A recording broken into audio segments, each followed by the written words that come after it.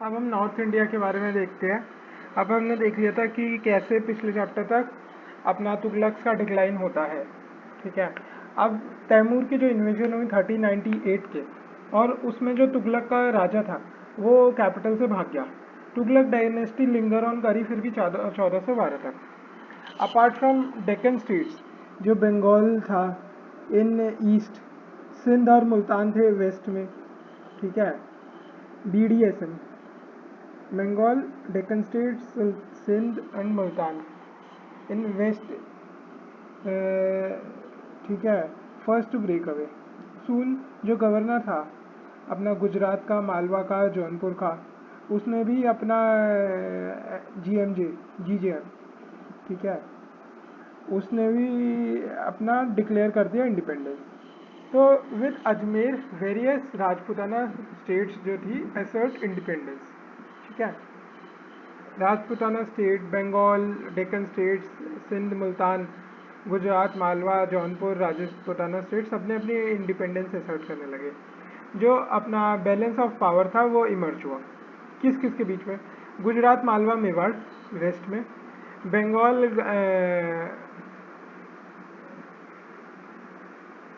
Gajapati rulers जो थे, बंगाल और गजपति रूलर्स का उड़ीसा में। ठीक है। बंगाल, गजपति रूलर्स और जौनपुर। ठीक है। और जो लोधी थे उनकी टसल चल रही थी जौनपुर के साथ गंगा जमुना वैली में। तो ये बैलेंस ऑफ पावर इमर्ज हुआ हो। एंड ऑफ 15th सेंचुरी होते होते क्या आया कि जो लोधी थे ना, उन्होंने एब्जॉर्ब कर लिया जौनपुर को एंड एक्सपेंड करने लगे ईस्टर्न राजस्थान और मालवा के इलाके में। ठीक है। और जो मालवा का था वो डिसइंटीग्रेशन शुरू हो गया। तो ये जो बना था ना बैलेंस ऑफ पावर, ये बिगड़ने लगा।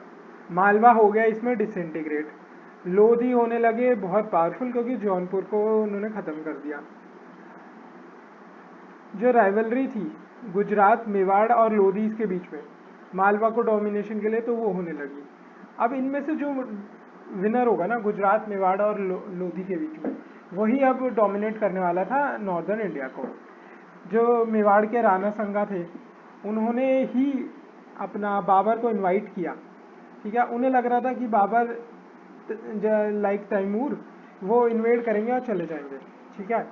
इन्होंने ऐसे ही बाबर को इनवाइट किया जैसे कि जयचंद ने इनवाइट किया था मोहम्मद घुरी को पृथ्वीराज को हराने के लिए। ठीक है। ईस्टर्न राजस्थान में देखते हैं अब हो क्या क्या रहा था अलग अलग जगह। इलियास शाही डायनेस्टी। ठीक है। 1342 से 1487, इलियास शाही डायनेस्टी 1342 से 1487, 1342 से 1487 इलियास शाही डायनेस्टी हुई। ठीक है। उसका क्या था? प्री ऑक्यूपेशन ऑफ मोहम्मद बिन तुगलक।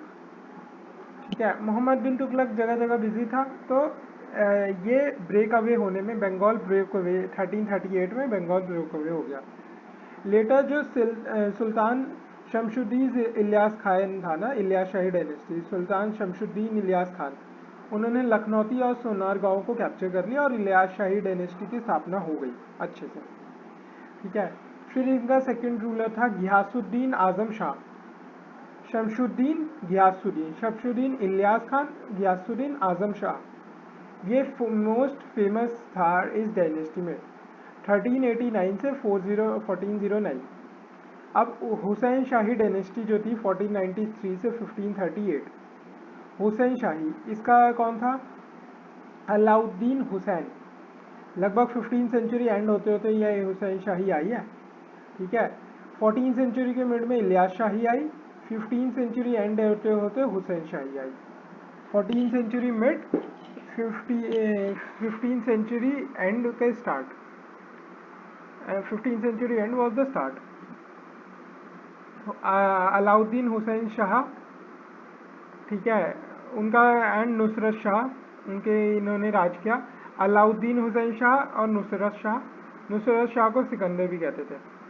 इनकी जो एज थी ना वो गोल्डन एज कही जाने लगी बंगाल की सल्तनत में। गोल्डन एज किसी की कहेंगे तो हुसैन शाही डायनेस्टी में अलाउद्दीन शाह, हुसैन शाह और नुसरत शाह, अलाउद्दीन हुसैन शाह, नुसरत शाह। अब जो गियासुद्दीन मोहम्मद शाह है वो लास्ट रूलर था, एक वीक रूलर था, जो शेरशाह सूरी ने जिसको डिफीट करके अपना सो डायनेस्टी बनाई, तो इसका नाम याद रखना।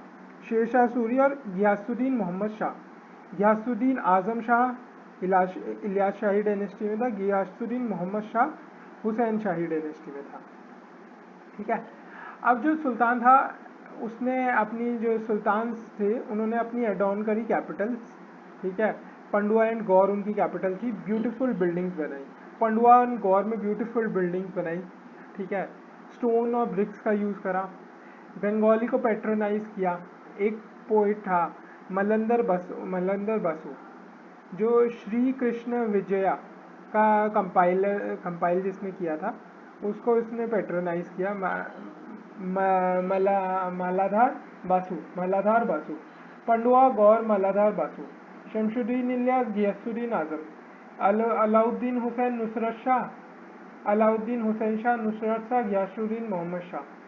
पंडुआ गौर फिर ये क्या, मालाधार बासु, पंडुआ गौर मालाधार बासु, श्री कृष्णा विजया, इसको टाइटल मिला गुण राजा खान। माला बासु में गुण बड़ा है। मालाधार बासु गुण राजा खान, माला बासु गुण का राजा है, मालाधार बासु गुण राजा खान। अब देखते हैं इलियास शाही डायनेस्टी में शमशुद्दीन इलियास खान 1342 से 1457। ठीक है, ये रहे। उन्होंने एक्सटेंड अप टू बनारस तक अपना रूल फैला लिया। फिरोज तुगलक थे, वो फोर्स हो गए कि शमशुद्दीन इलियास खान के खिलाफ कैंपेन करा जाए, पर फिरोज जो थे अनसक्सेसफुल रहे। तो फाइनली एक फ्रेंडली ट्रीटी साइन हो गई और कोसी को ना बाउंड्री मान लिया गया। इलियास शाही डायनेस्टी में और तुगलक के बीच में कोसी को बाउंड्री मान लिया गया। तो इलियास ने क्या किया, कामता को, अब वेस्ट बाउंड्री तो फिक्स्ड हो गई, तो उन्होंने क्या करा, कामता या कामरूप जो अपना असम में है ना, वहाँ इन्वेड किया और वहाँ पे वेस्ट ईस्ट में क्या, river Karatoya, north east boundary of Bengal, वो एक्सेप्ट कर लिया गया। वेस्ट में कोसी, ईस्ट में रिवर कराटोया। बहुत सारी अचीवमेंट्स हैं इसके, बहुत पॉपुलर थे नॉवेल्स और पीपल्स के बीच में। शमशुद्दीन इलियास खान। अब जो गियासुद्दीन आजम शाह है, गियासुद्दीन आजम क्या, Azam Khan, love for justice, बहुत क्लोज रिलेशनशिप हुए आजम शाह के ना, किसके साथ, लर्नेड पीपल्स के साथ, जैसे पर्शियन पोइट्स थे, हफीज़ ऑफ शिराज थे, उनके साथ क्लोज रिलेशनशिप रहे गियासुद्दीन आजम शाह के। शमशुद्दीन हमने पढ़ा, उन्होंने टेरिटरी फिक्स करी। गियासुद्दीन के जस्टिस और लर्नेड पीपल के साथ रिलेशनशिप के लिए फेमस। फ्रेंडली रिलेशन चाइनीज़ के साथ बनाए। चित्तगोंग पोर्ट भी फ्लोरिश हुआ इनके अंडर, चाइनीज़ ट्रेड उसके साथ फ्लोरिश हुआ। अब हुसैन शाही डायनेस्टी जो 15th सेंचुरी के एंड से स्टार्ट होती है, तो उसमें पहले थे अलाउद्दीन हुसैन शाह। ठीक है, ये क्या, लॉ एंड ऑर्डर पसंद व्यक्ति थे। ठीक है, बंगाली इनके अंडर फ्लोरिश हुई। हिंदुइज्म के लिए इनकी लिबरल पॉलिसी थी। ठीक है, इन्होंने वैष्णव सेंट जो चैतन्य के लिए बहुत रिस्पेक्ट दिखाई। अलाउद्दीन खिलजी नहीं है, ये अलाउद्दीन हुसैन है। हुसैन को लॉ एंड ऑर्डर की भी फिक्र है, बंगाली की भी फिक्र है, हिंदुइज्म की भी फिक्र है, चैतन्य की भी फिक्र है। जो इनके वजीर थे ना, हिज वजीर, चीफ फिजिशियन एक्सेट्रा, वो सब हिंदुइज थे, तो इनकी लिबरल पॉलिसी थी। इनके वजीर, चीफ फिजिशियन सब हिंदूज थे। पायस वैष्णव, रूपा एंड सनातन इनके हाई पोस्ट पे थे। रूपा सनातन चैतन्य हिंदुइज बंगाली लॉ एंड ऑर्डर।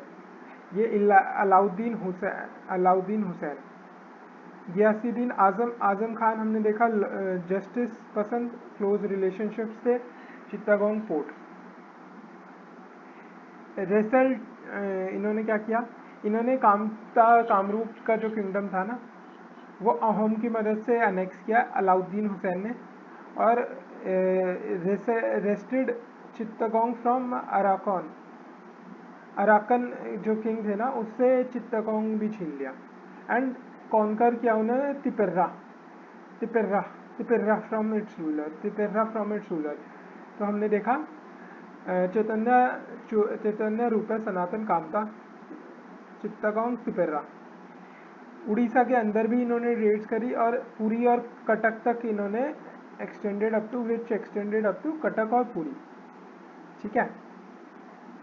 अब नुसरत शाह जो हमने देखा था, जो इम्पोर्टेंट रूलर है, गियासुद्दीन आजम शाह, अलाउद्दीन हुसैन शाह का लौंडा नुसरत शाह जो जिसे सिकंदर भी कहा जाता था, उसने अब अहोम्स पे अटैक किया। इसके बाप को अहोम ने मदद करी ताकि वो कामता कामरूप का किंगडम एनेक्स कर पाया। बस नुसरत ने अब अहोम पे ही अटैक कर दिया। बट उनका जो शुंगमुंग था ना, शुंगमुंग अहोम का राजा, उसने रिपल्स कर दिया अटैक को। शुंगमुंग को स्वर्ग नारायण भी कहते हैं। स्वर्ग नारायण से पता लग रहा है ना हिंदुइज्म के कितना इफेक्ट है वहाँ पे। शुंगमुंग ने नुसरत शाह का अटैक को प्रिवेंट कर दिया। अब असम के बारे में थोड़ा देखते हैं।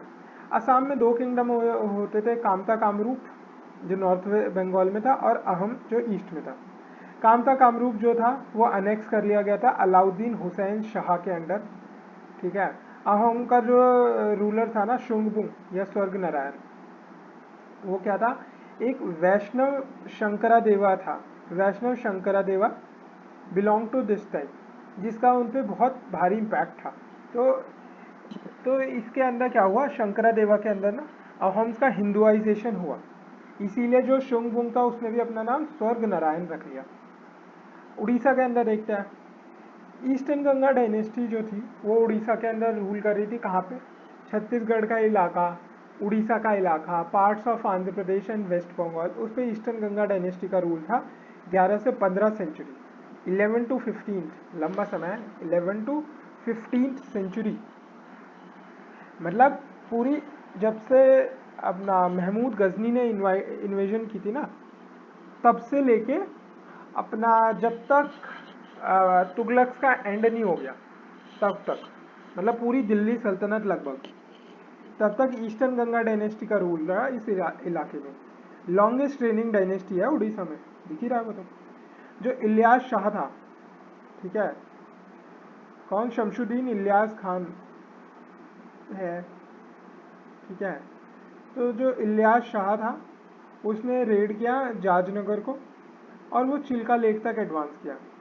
जो फिरोज तुगलक था उसने भी रेड किया, लोगों को मारा, हिंदू टेम्पल्स भी डेसिक्रेट करे ईस्टर्न गंगा डायनेस्टी में। ये जो थी ना इलियास शाह की रेड, इलियास शाह की रेड और फिरोज शाह तुगलक की रेड, इन दो रेड्स ने रूलर्स की जो प्रेस्टीज थी ना ईस्टर्न गंगा डायनेस्टी को, उसको डिस्ट्रॉय कर दिया। और ड्यू कोर्स में एक new dynasty, Gajapati dynasty establish होती है। ठीक है। लगभग 15 सेंचुरी के मिड से लगभग 16 सेंचुरी के मिड तक ये डायनेस्टी चली। इसमें गजपति डायनेस्टी में बड़े बड़े ग्रेट बिल्डर्स थे, वॉरियर्स थे, ठीक है, जो बट कुडेंट एक्सपेंड, नॉर्थ में एक्सपेंड नहीं कर पाए क्योंकि बंगाल सल्तनत थी वहाँ पे, साउथ में नहीं कर पाए, बहमानी, विजयनगर और रेड्डीज थे। ठीक है। तो गजपति ज़्यादा एक्सपेंड तो नहीं कर पाए बट ग्रेट बिल्डर्स और वॉरियर्स तो ये ऑफकोर्स थे। ठीक है। अब वेस्टर्न गुजरात, एक मिनट, अब वेस्टर्न गुजरात का इलाका देखते हैं, इसमें क्या हो रहा था। अब इसमें देखा था हमने 3 बड़ी पावर, गुजरात, मालवा, मेवाड़, जिसमें मालवा का डिसइंटीग्रेशन होगा तो गुजरात, मेवाड़ और लोधीस के बीच में एक जंग छिड़ेगी। तो देखते हैं गुजरात के साथ क्या हुआ। तैमूर के इन्वेजन के बाद ना जो गुजरात और मालवा था उन्होंने अपनी इंडिपेंडेंस असर्ट कर दी इन ऑल, बट नहीं, मतलब अगर कहने को तो वो अंडर रहे दिल्ली सल्तनत के, पर इंडिपेंडेंट थे। ठीक है। नॉट टिल 1407 जब जफर जफर खान, मुजफ्फर शाह भी जिसे कहते हैं, जफर खान या मुजफ्फर शाह जिसे कहा जाता है, उसने फॉर्मली अपने आप को रूलर प्रोक्लेम कर लिया 14 सेंचुरी के स्टार्ट में ही। ठीक है। 1412 हमने देखा कि तुगलक का एंड होगा, उससे 5 साल पहले ही जफर खान, मुजफ्फर शाह ने, मतलब लगभग 9 साल बाद अपना तैमूर की इन्वेजन के बाद जफर खान ने अपने आप को फॉर्मली रूलर प्रोक्लेम कर दिया।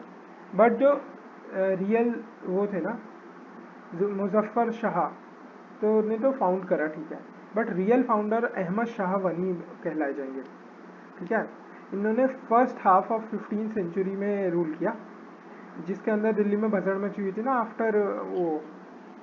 आफ्टर अपना तुगलक्स के एंड होने के बाद। उसमें अहमद शाह वन थे बंगाल में रियल फाउंडर। रिलीजियस बाइगॉट तो थे, ठीक है, अहमद शाह अपने रिलीजियस बाइगॉट थे, बट उन्होंने हिंदूज को इंडक्ट किया अपनी गवर्नमेंट के अंदर, जैसे कि मनिक चंद मोती चंद ये हिंदूज थे, बट इनको अपनी गवर्नमेंट के अंदर जगह दी। जिजिया को भी हिंदूज पे फर्स्ट टाइम इम्पोज करा गया इस इलाके में। टेम्पल्स को डिस्ट्रक्ट किया, और सिद्धपुर जो हिंदू की एक पिलग्रिमेज साइट थी वहाँ पे अटैक किया। तो सिद्धपुर जिजिया ये साबित करते हैं कि वो रिलीजियस बाइगॉटर थे, बट हिंदूज को गवर्नमेंट के अंदर मानिक चंद और मोती चंद को अंदर रखने के कारण ये बताया गया कि वो हिंदूज को इंडक्ट करते थे बट गवर्नमेंट के अंदर। अहमद शाह रियल फाउंडर थे, तो उन्होंने अपनी कैपिटल शिफ्ट कर दी पतन से वो कहाँ ले गए, अहमदाबाद की तरफ ले गए, पतन से अहमदाबाद की तरफ ले गए वो। उसकी फाउंडेशन उन्होंने ही रखी थी गद्दी पे आने के 2 साल बाद। 1411 में वो गद्दी पे आए, 1430 में उन्होंने अहमदाबाद की फाउंडेशन रखी थी। बहुत बड़ी बिल्डिंग्स, टाउन को ब्यूटीफाई करा, मैग्निफिशेंट प्लेसेस बनाए, बाजार्स बनाए, मॉस्क, मदरसा सब बनाए। एक डिस्टिंक्ट आर्किटेक्चरल स्टाइल का जन्म हुआ, जिसमें जैन्स ऑफ गुजरात जो थे उनके आर्किटेक्चर स्टाइल से काफ़ी इनपुट्स लिए गए थे। स्लेंडर टूरेट्स बनाए इन्होंने, स्टोन कार्विंग्स, जो हाईली ऑर्नेट ब्रैकेट्स थे, इस सब का यूज़ करा। कहाँ गुजरात जैन से जो इंस्पिरेशन ले रहे थे, तो slender turret, stone carving, highly ornate brackets, ये सब हुआ ना। फिर जामा मस्जिद अहमदाबाद में 3 दरवाज़ा, ठीक है, ये सब भी हुआ। अब एक्सपेंशन होता है, कहाँ एक्सपेंशन होता है? सौराष्ट्र में, गुजरात राजस्थान के बॉर्डर में अहमदाबाद शाह का ना एक्सपेंशन होता है, सौराष्ट्र और गुजरात राजस्थान के बॉर्डर में।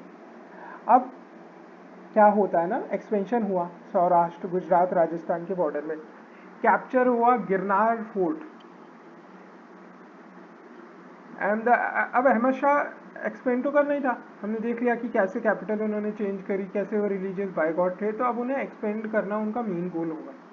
तो उन्होंने सौराष्ट्र के रीजन में और गुजरात राजस्थान के बॉर्डर पे ना उन्होंने एक्सपेंशन स्टार्ट करी।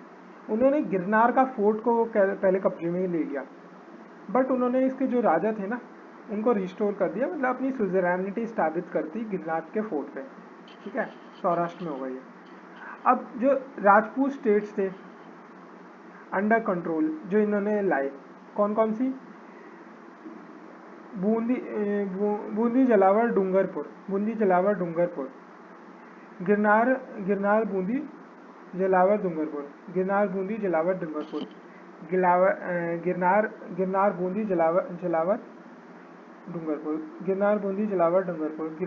जलावर डूंगरपुर।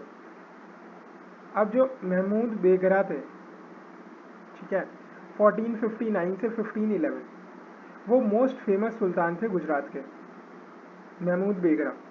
अहमद शाह रियल फाउंडर थे, बट मोस्ट फेमस कौन थे? महमूद बेगरा। अहमद शाह ने गिरनार बूंदी जलावर डूंगरपुर, अहमद एजी बूंदी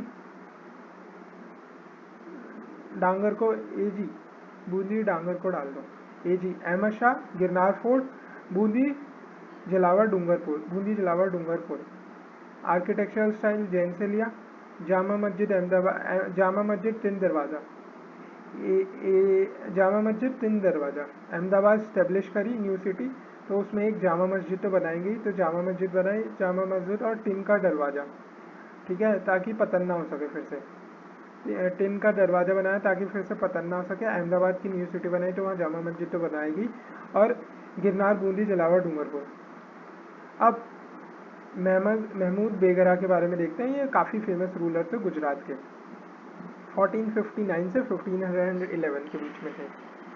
अब इन्होंने क्या, 2 बहुत मोस्ट पावरफुल फोर्ट्स को, गिरनार और चंपानेर को अब इन्होंने कब्जे में कर लिया। पहले गिरनार को रिस्टोर कर दिया गया था ना, अब इन्होंने कहा नहीं भाई, गिरनार और चंपानेर तो अपने कब्जे में चाहिए अगर ढंग से एक्सपेंशन करनी है, अगर मनी है एक्सपेंशन का ना, तो गिरनार चंपानेर तो चाहिए। ठीक है। तो गिरनार फोर्ट का था सौराष्ट्र में था, चंपानेर फोर्ट साउथ गुजरात में था। अब गिरनार फोर्ट पे कैप्चर क्यों करना था जब ऑलरेडी वो ट्रिब्यूट पे कर रहा था? क्योंकि उसे एज एन ऑपरेशन बेस की तरह यूज़ करना था सिंध के अगेंस्ट, जो रॉबर्स और पायरेट्स सौराष्ट्र में ना वो कर रहे हैं, दिक्कत कर रहे हैं, उनके against as a base use करना था और फुल कंट्रोल चाहिए था। तो इन्होंने क्या करी, गिरनार में एक न्यू टाउन स्टेब्लिश करा, मुस्तफ़ाबाद मोहम्मदाबाद, दो टाउन स्टेब्लिश करेंगे, GM गिरनार मुस्तफ़ाबाद, गिरनार मुस्तफ़ाबाद, चंपानेर मोहम्मदाबाद, GMCM महमूद बेघर, बेघर था तो इसने दो घर कैप्चर किए, ठीक है, दो फोर्ट्स कैप्चर किए और वहाँ पे बेघर था तो उन्होंने न्यू टाउन ही इस्टेब्लिश कर दिए, मुस्तफ़ाबाद और मोहम्मदाबाद। अब जो चंपानेर था ना साउथ गुजरात में, अपना महमूद बेगरा का प्लान था कि खांडेश और मालवा का इलाका भी अपने कंट्रोल में लाए, इसलिए चंपानेर के उस पर कब्जा जरूरी था। और जो गुजरात का जो फ्यूड्यूशरी था ना, गुजरात रूलर का जो फ्यूड्यूशरी था बट उसका चंपानेर के फोर्ट में उसका जो क्लोज रिलेशनशिप था वो मालवा के रूलर के साथ था, तो ये कैसे एक्सेप्टेबल हो सकता है? इसने सैक किया द्वारका को, ठीक है। अब उसके बाद बेगर तो था ही, तो उसने द्वारकाधीश से मदद नहीं मांगी, मतलब ऐसे द्वारका पे सैक किया, ठीक है, ड्यू टू पायरेट्स। अब द्वारका में ना बहुत सारे पायरेट्स इकट्ठे हुए थे जो हज पिलग्रिम्स में जाने वाले लोगों को परेशान करते थे, तो इसीलिए उन्होंने द्वारका को सैक किया और बहुत सारे हिंदू टेम्पल्स को भी रेज किया, बदला लेने के लिए कह सकते हैं। इन्होंने पोर्टुगीज से डील किया बाय ज्वाइनिंग इजिप्ट, बेगर थे तो, और पोर्टुगीज क्या फोर्ट्स पे कब्जा करते जा रहे थे, इन्होंने लगा कि इनके फोर्ट्स पे भी कब्जा ना कर ले पोर्टुगीज, तो इन्होंने इजिप्ट के साथ मिलके ना गुजरात पोर्टुगीज को बाहर करने की कोशिश करी, बट इसमें ये अनसक्सेसफुल रहे। 1459 से 1511 बड़ी एक लंबा समय है, ठीक है, लॉन्ग एंड पीसफुल रेन रही इनके टाइम पे और ट्रेड फ्लोरिश हुआ। इन्होंने बहुत सारे कारवान के सराइज पे रोड को सेव करा। अब कंपनी विद लर्न मैन के साथ वो बैठे थे, तभी वो इतनी पीसफुल रेन एस्टैब्लिश भी कर पाए। If you sit in the garbage, if you sit with garbage people you become garbage, but वो लर्नेड पीपल के साथ बैठे थे, इसलिए वो एक तो फोर्ट्स पे भी कब्जा कर पाए, ठीक है, वो पोर्टुगीज के साथ भी डील करने की कोशिश करी, ठीक है, तो वो लर्नेड पीपल के साथ बैठते थे। उन्होंने बहुत सारे वर्क्स भी अरेबिक से पर्शियन में ट्रांसलेट कराए। उनका एक बेघर का उदय, बेगर था, दो दो फोर्ट मिलके उनका क्या हो गया, उदय हो गया। तो उदय राजा उनकी एक कोर्ट पोइट भी थे जो संस्कृत में कंपोज करते थे। बेगर था, दो फोर्ट कब्जे में आ गए तो उसका उदय हो गया, ठीक है। अब हम मालवा के बारे में देखते हैं। ऑन हाई प्लेट्यू, नर्मदा और तापी के बीच में जो हाई प्लेट्यू है वो मालवा का इलाका है लगभग। तो कवार्डेड रूट, अगर किसी को नॉर्थ इंडिया से गुजरात में जाना है ना तो मालवा वो रूट कमांड करता था, और नॉर्थ से साउथ में जाना है तो भी वो रूट कमांड करता था। और ये लोधीज और गुजरात के बीच में और बेहमानीज मेवाड़ इन सब के बीच में ना एक बैरियर बन गया था, तो ठीक है, सबकी मालवा पे नज़र थी। 15 सेंचुरी में अब क्या होता है ना, 15 सेंचुरी में जब अपना यहाँ पे ये होता है, मिड 15 सेंचुरी के बाद तो महमूद बेगरा था, उससे पहले अहमद शाह था। जब अहमद शाह होता है और महमूद शाह बेगरा होता है, 15 सेंचुरी में जो मालवा थी वो अपने हाइट, ग्लोरी के हाइट पे थी, ठीक है। ऑफकोर्स महमूद बेगरा के अंदर गुजरात भी था। जो कैपिटल थी उसकी धार से मांडू शिफ्ट कर दी गई, क्योंकि मांडू जो है हाईली डिफेंसिबल जगह है। अब अनलाइक गुजरात का आर्किटेक्चरल स्टाइल ना, जो मांडू का आर्किटेक्चरल स्टाइल था वो मासिव था। लॉफ्टी प्लिंथ का यूज़ करा जाने लगा बिल्डिंग्स में, कलर्ड एंड ग्लेज्ड टाइल्स का यूज़ करे जाने लगा लार्ज स्केल पे। अब कुछ कुछ तो बनवाए गई, मांडू में धार से मांडू कैपिटल शिफ्ट करी, तो क्या क्या वो आए, जहाज, जामा जहाज भिंडोला, जहाज डोला, जहाज डोला, मांडू का जहाज डोला, मांडू का जहाज डोला, तो इसलिए जामा मस्जिद में प्रेयर करने चले गए लोग। मांडू का जहाज डोला, जहाज महल हिंडोला। ठीक है। Factionalism between factionalism fight between nobles चल रही थी, इंटरनल डिसेंशन था। अब कुछ कुछ हम रूलर्स के बारे में देख लेते हैं। होसंग शाह, होसंग शाह जो थे ना 1406 से 1435, अपना ये याद रखना, मालवा डायनेस्टी 15th सेंचुरी के अंदर एट इट्स हाइट ऑफ वो थी प्रॉस्पेरिटी। तो first formally appointed Sultan of Malwa सल्तनत होसंग शाह, होसंग शाह, होसंग शाह मालवा, मालवा में होसंग शाह पहला फॉर्मली अपॉइंटेड सुल्तान था। उसने broad policy of religious toleration उनकी थी। बहुत सारे जो राजपूत थे उनको इनकरेज करा मालवा में सेटल होने के लिए, फ्यूचर में जाके यही फैक्शनलिज्म का कारण बनेगा। Hoshang Shah, no restriction, temple construction पे एज इन कोई रिस्ट्रिक्शन नहीं थी। जो जैन कमर्शियल मर्चेंट्स और बैंकर्स थे उनको भी पैट्रनेज करा जाता था। अब देखते हैं महमूद खलजी। खलजी डायनेस्टी एंड हो चुकी है 1400, मतलब 1412 क्या, वो तो तुगलक के आने से पहले ही बंद हो चुकी है। बट महमूद खलजी क्या आता है, लगभग मिड 15th सेंचुरी में आता है। ठीक है। जहाँ वहाँ पे अहमद शाह और महमूद बेगरा का राज चल रहा था ना, तो यहाँ पे महमूद खलजी आता है। मोस्ट पावरफुल मारवाल रूलर था महमूद खलजी, बहुत पावरफुल था, रेस्टलेस भी था, एम्बिशियस भी था। सब नेबर्स के साथ उसने लड़ाई दंगे छेड़ रखे थे। गुजरात ले लो, मेवाड़ का राणा कुंभा ले लो, दिल्ली सुल्तान ले लो, उड़ीसा बेमानी ले लो, गोंडवाना ले लो, सबके साथ। ठीक है। मेवाड़ के साथ, गुजरात मेवाड़ के साथ लड़ाई, दिल्ली के साथ लड़ाई, उड़ीसा बेमानी गोंडवाना के साथ लड़ाई। ठीक है। मेनली साउथ राजपुताना और मेवाड़, इनके साथ उसकी ज़्यादा कश्मकश थी। ठीक है। मालवा के रूलर की, मालवा के रूलर की मेवाड़ के साथ और साउथ राजपुताना के साथ। इन्होंने मैनी हिंदू टेम्पल्स को डिस्ट्रॉय करा वॉर्स के दौरान। अब जो महमूद टू है, ठीक है, अब वो 16th सेंचुरी में आएगा। महमूद टू ना 16th सेंचुरी में आएगा। इसका फॉल आउट हुआ मेदिनी राय के साथ, जो ईस्टर्न मालवा में एक मेदिनी, महमूद मेदिनी राय, महमूद मेदिनी, महमूद मेदिनी, Mahmood Khalji, Mahmood to, Hoshang Mahmood, Mahmood Medini, Hoshang Mahmood, Mahmood Medini, Mahmood two की जो लड़ाई हुई, फॉल आउट हुआ मेदिनी राय के साथ, जो एक राजपूत लीडर था ईस्टर्न मालवा में। महमूद ने पूरा गुजरात की मदद मांगी, मेदिनी ने तो राणा संगा की मदद मांग ली मेगार के। तो इसको लेके ना एक बैटल होती है, बैटल ऑफ गगरौन। ठीक है, बैटल ऑफ क्या होती है, महमूद खलजी, हुसंग महमूद, हुसंग महमूद, महमूद मेदिनी, हुसंग महमूद, महमूद रेजनी। तो महमूद मेदिनी, महमूद के साथ कौन था, गुजरात था, मेदिनी के साथ मेवाड़ था, राणा संगा थे।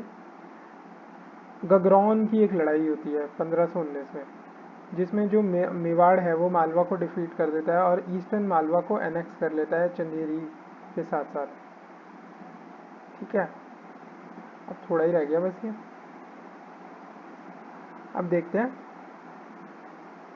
मेवाड़ में क्या हो रहा था। 15 सेंचुरी में क्या हुआ ना, राइज होता है मेवाड़ का, मालवा का भी और अपना गुजरात का भी, सब 15 सेंचुरी में हो रहा है। जो अलाउद्दीन खलजी थे, हमने देखा अलाउद्दीन खलजी क्या मालवा के रूलर, अच्छा महमूद खलजी थे, ये याद रखना, महमूद खलजी थे, अलाउद्दीन खलजी नहीं थे। ठीक है। कहाँ पे गया अपना, यहाँ महमूद खलजी है, यहाँ अलाउद्दीन खलजी है, मेवाड़ में अलाउद्दीन खलजी है। रणथंभौर का कनकेस्ट हुआ, power of Chauhan ended, Chauhan की ताकतों को तो अलाउद्दीन खिलजी, अच्छा अलाउद्दीन खिलजी तो वही था अपना दिल्ली सल्तनत का। इन्होंने रणथंभौर का कनकेस्ट किया, जिससे चौहान की पावर्स खत्म हो गई, जिसके बाद बहुत सारी स्टेट्स बनी, जिसमें से एक मेवाड़ भी थी, जिसकी कैपिटल जोधपुर में थी। 1465 में ये फाउंड हुई जोधपुर। अब जो राणा कुंभा थे ना, 1430 से 68 मतलब मिड 15 सेंचुरी उन्होंने महमूद खलजी जो मालवा का सुल्तान था उसको उसके राइवल को शेल्टर दिया और उसको इंस्टॉल करने की कोशिश करी गुजरात में। सेम काम फिर खलजी ने किया राणा कुंभा के किसी अपोज जो कर रहा है उसके साथ। उसको राठौड़ ऑफ मारवाड़ मारवाड़ मालवा के साथ तो कंटेस्ट है ही, मालवा के साथ है ही, तो मारवाड़ के राठौड़ के साथ भी कंटेंटेड विद। ठीक है, फिर Kumbhalgarh besieged a couple of times by Gujarat forces। Kumbhalgarh अपना राणा कुंभा क्या एक लर्नेड मैन था, ऑल्सो पैटर्न भी करता था। राणा कुंभा फेमस क्यों था क्योंकि वो लर्नेड था, औरों को भी लर्नेड मैन के साथ उसकी पैटर्नेज देता था उन्हें। इंथुजियास्टिक बिल्डर भी था। रूइंस ऑफ हिज प्लेस और कीर्ति स्तंभ जो है ना चित्तौड़ में वो अभी भी है। Duck builders and reservoir for irrigation भी बनाए उसने। ये राणा कुंभा किसी से नहीं हारा, हमने देखा मालवा के खिलाफ, मारवाड़ के खिलाफ, कुंभलगढ़ के खिलाफ सबसे लड़ रहा है, बट मारा गया अपने ही सन उदा से। लॉन्ग इसको मरने के बाद एक लॉन्ग सक्सेशन बैटल चल रही है। अब कई सारे किंग विंग चेंज होने के बाद ना राणा संगा 16 सेंचुरी के स्टार्ट में 1508 से 1528 20 सालों का। राणा कुंभा जो थे राणा संगा कुंभा के जो थे ग्रैंडसन थे। इन्होंने खतौली में एक लड़ाई लड़ी 1517 में इब्राहिम लोधी के खिलाफ, जिसमें इब्राहिम लोधी को इन्होंने बुरी तरह हरा दिया खतौली में। बैटल ऑफ गगरौन हुई जिसमें Mewar defeated Malwa and annex eastern Malwa including Chanderi. तो राणा संगा के अंदर देखा दो इंपॉर्टेंट बैटल ऑफ खतौली और बैटल ऑफ गरगौन हुई। ठीक है, तो राणा संगा की जो वो पॉपुलैरिटी और इंक्रीज हो गई है जीतने के बाद। ठीक है, अब एक सेकेंड, हाँ, अब राणा संगा की पॉपुलैरिटी और इंक्रीज हो गई। अब नॉर्थ वेस्ट और नॉर्थ इंडिया में देखते हैं कि हो क्या रहा था एग्जैक्टली।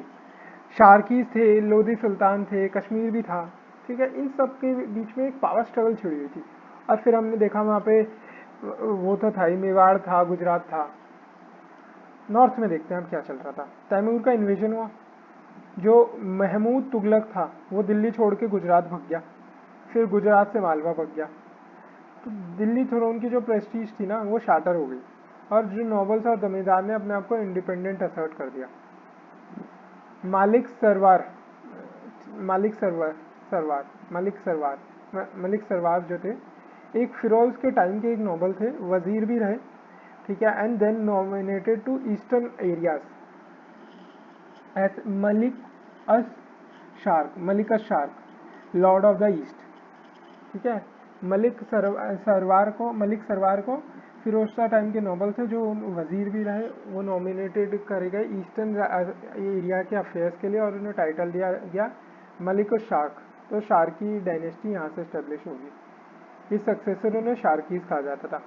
जो शार्की सुल्तान थे उनकी कैपिटल जौनपुर में थी और मैग्निफिशियंट प्लेसेस मॉस्क मसल्लम्स। ठीक है, बट अब केवल फ्यू ही सर्वाइव कर रहे हैं। नॉट जस्ट दिल्ली का आर्किटेक्चर उन्होंने कॉपी कर लिया, बट एक स्टाइल ऑफ देयर ओन भी था जिसके अंदर लॉफ्टी गेट्स, ह्यूज आर्चेस वो स्टाइल के अंदर थे। ग्रेट पैटर्न थे ये लर्निंग और कल्चर के भी। पोइट, स्कॉलर, सेंट्स जौनपुर में रहते थे। जौनपुर को क्या कहने लगा, the Siraj of the east कहा जाने लगा। ठीक है, बिकॉज वहाँ पे इतने स्कॉलर्स, इतनी लर्निंग एक्टिविटी होती थी, तो शिराज ऑफ द ईस्ट कहा जाने लगा। मलिक मोहम्मद जैसी जिन्होंने पद्मावत लिखी वो भी यहीं रहते थे ना, जौनपुर के इलाके में। अब जो शार्की सल्तनत थी ना वो 1349, ठीक है, से 1479 पे अपनी हाइट पे थी और एक्सटेंड कर रही थी फ्रॉम अलीगढ़ से दरभंगा। अलीगढ़ तुम देख रहे हो, अलीगढ़ से दरभंगा और नेपाल से बुंदेलखंड, पूरा लगभग यूपी वाला इलाका और काफ़ी सारा बिहार भी, ये सब शारकी सुल्तान के अंदर आ रहा था। With Lodis in Delhi, mid 15वीं सदी में लोधीज क्या थे, दिल्ली में थे, तो शारकीज क्या डिफेंसिव फुटस्टेप पे आ गए। उन्होंने अपनी बहुत सारी जो टेरिटरीज थी वेस्टर्न यूपी में वो लॉस कर दी और फ्यूटाइल असॉल्ट्स में ना दिल्ली पे अपने एग्जॉस्ट हो गए वो। इन 1484 जो बहलूल लोधी था, 1484 में जो बहलूल लोधी था दिल्ली का सुल्तान, दिल्ली का रूलर, उन्होंने एनेक्स कर लिया शारकी सुल्तान को। 1484 में जो बहलूल लोधी था दिल्ली रूलर, उसे खत्म ही कर दिया शारकी को। 1484 में शारकी खत्म, 1484 में शारकी खत्म। अब जो शारकी रूलर्स थे उन्होंने क्या करा, लॉ एंड ऑर्डर मेंटेन करके रखा था सल्तनत के कोलैप्स के बाद, और बंगाल को ना फर्दर एक्सटेंड करने का ईस्टर्न यूपी में उनको मौका नहीं दिया। उन्होंने एक कल्चरल ट्रेडिशन स्टेब्लिश किया जो लॉन्ग आफ्टर शारकीज वर गॉन ना वो चलता रहा। दिल्ली में एक सही डायनेस्टी भी स्टेब्लिश हुई थी जस्ट आफ्टर तुगलक खत्म होने के बाद ना, 1414 से 1451। ये दिल्ली सल्तनत का ही पार्ट माना जाता है, इसे फोर्थ डायनेस्टी कहते हैं दिल्ली सल्तनत की। अब लोधी डायनेस्टी के बारे में देखते हैं। सबसे पहले बहलूल लोधी के बारे में देखते हैं। ये एक अफगान सरदार था जिसके पास सरहिंद का इक्ता था। इन्होंने खोखर्स की ना जो ग्रोइंग पास थी उसको चेक किया और डोमिनेट करने लगे ये इंटायर पंजाब वाले इलाके में। ये दिल्ली सुल्तान जो था ना, दिल्ली का रूलर, उसने बहलूल लोधी को बुलाया, ठीक है, अगेंस्ट इम्पेंडिंग मालवा अटैक कर सकता था, उसके लिए अपना बहलूल लोधी को बुलवाया। और बहलूल लोधी ने अपने आप को फॉर्मली क्राउन कर लिया मिड 15th सेंचुरी में, मतलब 1451 में अपने आप को क्राउन कर लिया। और 10 एंड होती है अपनी Sayyid dynasty and dominated eastern Ganga valley and Punjab from mid 15th century. Lodhis ने डोमिनेट किया। अब अफगान जो थे ना वो एक बड़ा लार्ज ग्रुप था दिल्ली सल्तनत की आर्मी में, बट बहुत ही कम अफगान नोबल्स थे जो इंपॉर्टेंट पोजीशन दिए जा रही हो, ठीक है। बट अफगान की इंपॉर्टेंस ना बढ़ती जा रही थी। इन नॉर्थ इंडिया जो थे राइज ऑफ अफगान रूल हुआ मालवा के अंदर। साउथ के अंदर बहमानी किंगडम में अफगान को इम्पोर्टेंट पोजीशन दी जा रही थी। लोधीज जो थे वो अफगान ही थे, अनलाइक जो प्रीवियस तुर्क्स थे, प्रीवियस दिल्ली सुल्तान तुर्क्स थे। जो बहलूल लोधी है ना उसका मेन कॉन्टेक्स्ट अगेंस्ट शारकीज, तो उसने अफगान ऑफ रो को इन्वाइट किया इंडिया में, और इसके बाद लार्ज स्केल इनकर्जन्स हुए जिसने मुस्लिम सोसाइटी इन इंडिया को चेंज करके रख दिया। अफगान से एक न्यूमरस इफेक्ट एंड एलिमेंट बन गए इसमें, बहुत नॉर्थ में और बहुत साउथ में। अब जो सिकंदर लोधी के बारे में, हमने बहलूल लोधी के बारे में देख लिया, अब हम सिकंदर लोधी के बारे में देखते हैं। 1489, ठीक है, लगभग 15th सेंचुरी के एड से 1570, 11 साल वहाँ 17 साल वहाँ बहलूल लोधी। अब जो महमूद बेगरा थे वो गुजरात में थे, राणा संगा मेवाड़ में थे, इसके कंटेम्प्रेरी थे। तो तीनों पावरफुल रूलर, महमूद बेगरा गुजरात के सबसे पावरफुल रूलर, राणा संगा मेवाड़ में बहुत पावरफुल, और सिकंदर लोधी भी पावरफुल, ठीक है। ये तीनों कंटेम्प्रेरी हो गए। सिकंदर लोधी ने ट्राई किया कि वो अफगान सरदार्स की ना सेंस ऑफ इंडिपेंडेंस को सबड्यू कर सके, ठीक है। जागीरदार को फोर्स करता था रेगुलर अकाउंट सबमिट करने के लिए। ऐसी जो ऑफिसर्स थे उनको सिटी के बाहर तक आना पड़ता था, ठीक है, अफगान सरदार को स्वागत करने। ड्रास्टिक पनिशमेंट देता था करप्ट को ना, लोधी भी, लोधी तो है ही, तो वो ड्रास्टिक पनिशमेंट तो देगा ही। ओनली लिमिटेड सक्सेस थी इनकी नोबल्स को कंट्रोल करने में। जैसे बहलूल ने अपने एम्पायर को डिवाइड कर दिया था अमंग सन्स, बट जो सिकंदर था ना उसने ये प्रिवेंट कर दिया कि एम्पायर डिवाइड ना हो पाए, ठीक है। तो बहलूल उसने करा था, बहलूल ने मना कर दिया।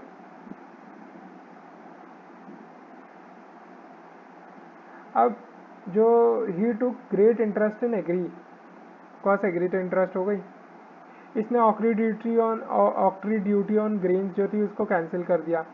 स्टैब्लिश करा एक न्यू मेजरमेंट यार्ड एक स्टैब्लिश करा, जैसे गज़े फरीदी interest in agri efficient administration appointment Mahmud Begarha. ठीक है, अब न्यू मेजरमेंट लैंड कौन, गसी सिफीदरी सिफीदरी सिफीदरी गजी सिफीदरी सिकंदर लोदी ने सिफीदरी गजी सिफीदरी and rent rolls prepared in the time form basis of the rolls. जो रेंट रोल्स जो शेरशाह तुगलक ने वो करी ना। अब देखते हैं आगे। सिकंदर लोदी वैसे तो ऑर्थोडॉक्सी था, बाइगॉट भी था। उसने जजिया को रीस्टैब्लिश करा और डोमिनेट करे हिंदू के टेम्पल्स, जैसे कि Nagarkot temple forbade Muslims from Hindu ruler sharia. ठीक है, मैग्निफिसेंट टेम्पल्स बनाए स्कॉलर्स और पोर्ट्स के फिलोसफर्स के लिए। कल्चर्ड पीपल जो थे ना अरेबिया ईरान से, वो सब भाग भाग के इसकी कोर्ट में आने लगे, बिकॉज बाहर इंस्टेबिलिटी बहुत ज़्यादा बढ़ गई थी सेंट्रल एशिया वगैरह में। Also many Sanskrit works translated into Persian. Bigot था, ऑर्थोडॉक्स भी था, पर मैग्निफिसेंट टेम्पल्स और कन्वर्जन तो करा ही सकता है ना टेक्स्ट की, ट्रांसलेट तो करा ही सकता है। He was also interested in music and number of rare Sanskrit works जो म्यूजिक के थे वो ट्रांसलेट करे गए पर्शियन में। A large number of Hindus थे ना, उन्होंने पर्शियन लर्निंग को अडॉप्ट किया and recruited to various administrative posts. he selected for a few of city few of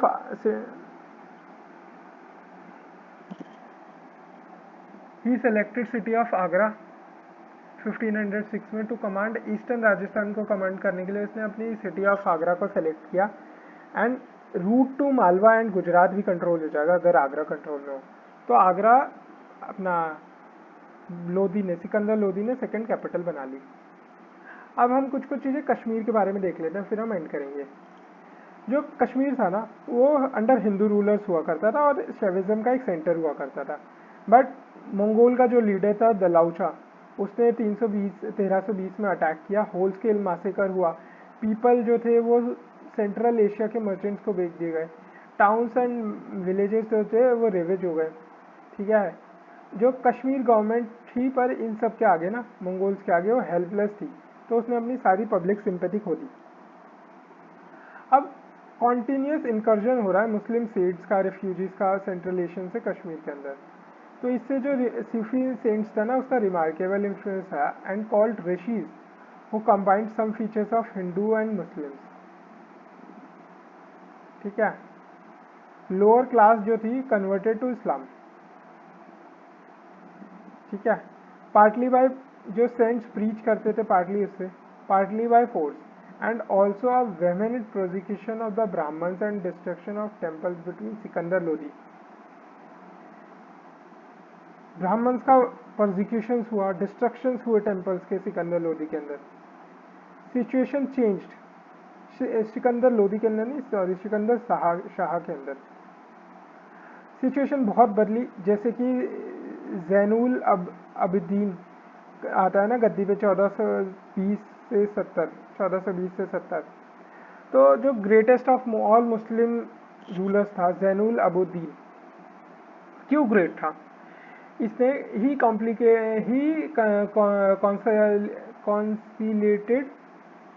कॉन्सिलिएट करा और हिंदूज को कश्मीर में वापस लाके आया सभी नॉन मुस्लिम्स को जो भाग गए थे and given freedom of religion दी सबको। जिजिया एबॉलिश किया, कास्ट लॉटर एबॉलिश किया, बैन ऑन सती को विड्रॉ कर लिया क्योंकि उन्हें लगता था हिंदूज के लिए this is important factors. Hindu many high offices में थे। रिस्टोर करा libraries, temples and later Hindus were also granted. ठीक है, अब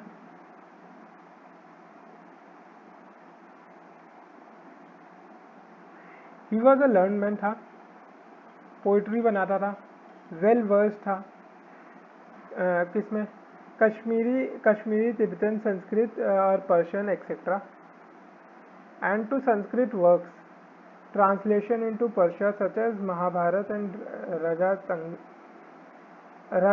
Rajat Tarangi Rajat Tarangini रजत रंगनी महाभारता रजत रंगनी, ठीक है। पैट्रोनेज दिया ताकि संस्कृत और पर्शियन के स्कॉलर्स को ताकि संस्कृत वर्क ट्रांसलेट करा जा सके, जैसे महाभारता एंड रजत रंगनी जो कल्होना की हिस्ट्री ऑफ कश्मीर था ना, ये म्यूजिक का बड़ा फॉन्ड हुआ करता था। And hearing of this the Raja of the Gwalior sent 2 rare Sanskrit poems on Sanskrit, मतलब ऑन म्यूजिक, म्यूजिक पे 2 पोएम लिखी थी अपना राजा ऑफ ग्वालियर ने ना। ही टुक इकोनॉमिक डेवलपमेंट भी संस्कृत में करी, बहुत सारे उद्योग जैसे paper making, book binding, stone cutting, polishing, shawl making, bubble bottle making, ठीक है, गोल्ड बीटिंग, ये सब बहुत सारे ऑपरेशंस यूज करे जाने लगे। Metal masking, musket making and अपना musket making and fireworks which demonstrated he was an enthusiastic builder, ठीक है, बिल्डर। जैन लंका बनाई गई, ये एक आर्टिफिशियल आइलैंड है बस वो वोलूर लेक पे Zaina Lanka, on which he built his palace and mosque, ठीक है।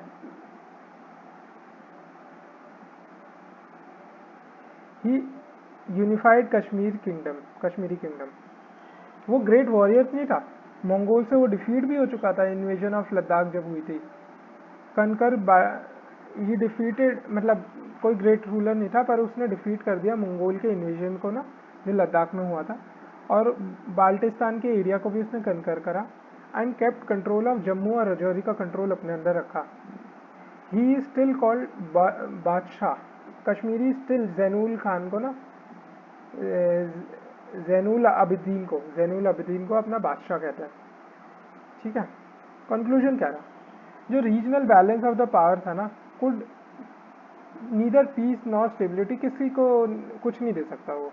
हावेवर मेनी कल्चरल कॉन्ट्रीब्यूशंस इन सबके रहे, ठीक है, लोकल आर्किटेक्चरल स्टैब्लिश हुए, ठीक है, other local tradition, local languages को, लोकल आर्किटेक्चर, लोकल लैंग्वेजेस, इन सबको बढ़ावा मिला। ऑल्दो सम रूलर्स जो थे वो रिलीजियस बाइकॉट्स थे, ठीक है, जैसे कि अपना ये वाला कौन, सिकंदर लोधी वगैरह रिलीजियस बाइकॉट थे, but force of mutual accommodation and cultural integration हमेशा रही। फटाफट एक बार गो थ्रू कर लेते हैं क्या क्या हमने देखा था, ठीक है। बैलेंस ऑफ पावर हमने देखा, एंड ऑफ 15वीं सेंचुरी हमने देखा क्या था, हमने ईस्टर्न बंगाल में देखा इलियास शाही डायनेस्टी, हुसैन शाही dynasty, Shamsuddin Ilyas Khan, Ghiyasuddin Ilyas Khan, Alauddin Hussain Khan, Alauddin Hussain Shah, Nusrat Shah.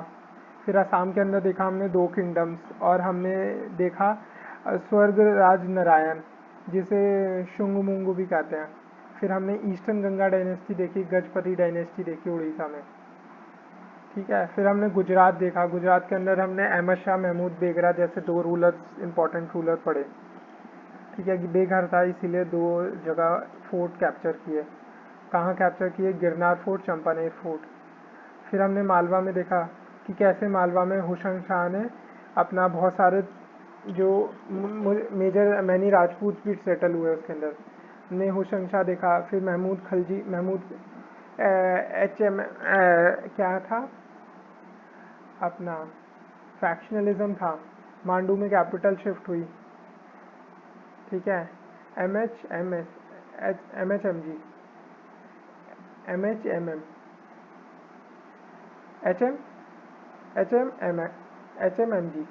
HMMG Mahmud two की मेदिनी राय के साथ लड़ाई, और फिर बैटल ऑफ गगरौन। फिर मेवाड़ हमने देखा, कैसे वहाँ राणा कुंभा और राणा संगा दो बड़े इम्पोर्टेंट रूलर्स थे। ठीक है, फिर हमने देखा शार्कीज को देखा कि कैसे अपना जब अपना तुगलक प्रभाव हुए तब कैसे शार्की डायनेस्टी का उदय हुआ। ठीक है, ये एक नोबल था, उसके कारण ही ये उदय हुआ, जिसको मलिक शार्क शार्क का टाइटल दिया था ना, मलिक सरवार को, वो बना रखा था, नोबल था और ये वजीर बना रखा था। तो शार्की डायनेस्टी की स्थापना हुई। ठीक है, फिर हमने सईद डायनेस्टी भी देखी, फिर हमने बहलूल का राज देखा, सिकंदर लोदी का राज देखा। फिर हमने कश्मीर में देखा कि कैसे कश्मीर में पहले अपना जैनुल शाह को, जैनुल अबिदीन को सिकंदर शाह था। ठीक है, रिलीजियस बाइकआउट था ये आना, रिलीजियस बाइकआउट था ये, जिसने ब्राह्मणास को प्रोसिक्यूट करा, टेम्पल को डिस्क्रेट करा, और जैनुल अबिदीन उसको आज तक भी बादशाह कहते हैं कश्मीर के लोग।